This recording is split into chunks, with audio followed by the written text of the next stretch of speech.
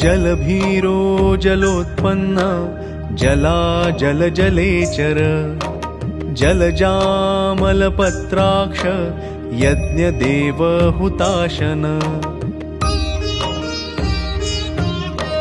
कृष्णकेतो कृष्णवर्धमन्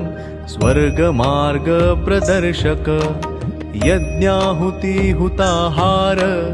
यज्ञाहारहराकृते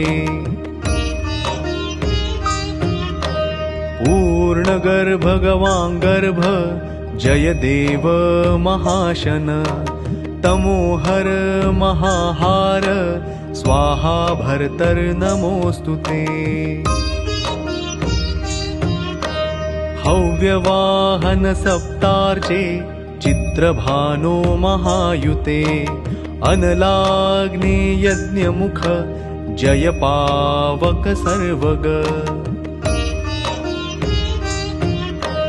विभावसो महाभाग वेदभाषार्थभाषण कृशानो ऋतुसंभार प्रिय विश्वप्रभावन सागराम्बुघृतं देव त्वमश्व मुखसंश्रितः पिबंश्चैवोद्गिरंश्चैव न तृप्तिम् अधिगच्छसि त्वं वाक्येष्वनुवाक्येषु निषत्सूपनिषत्सु च ब्राह्मणा ब्रह्मयोनिं त्वां स्तुवन्ति त्वत्परायणः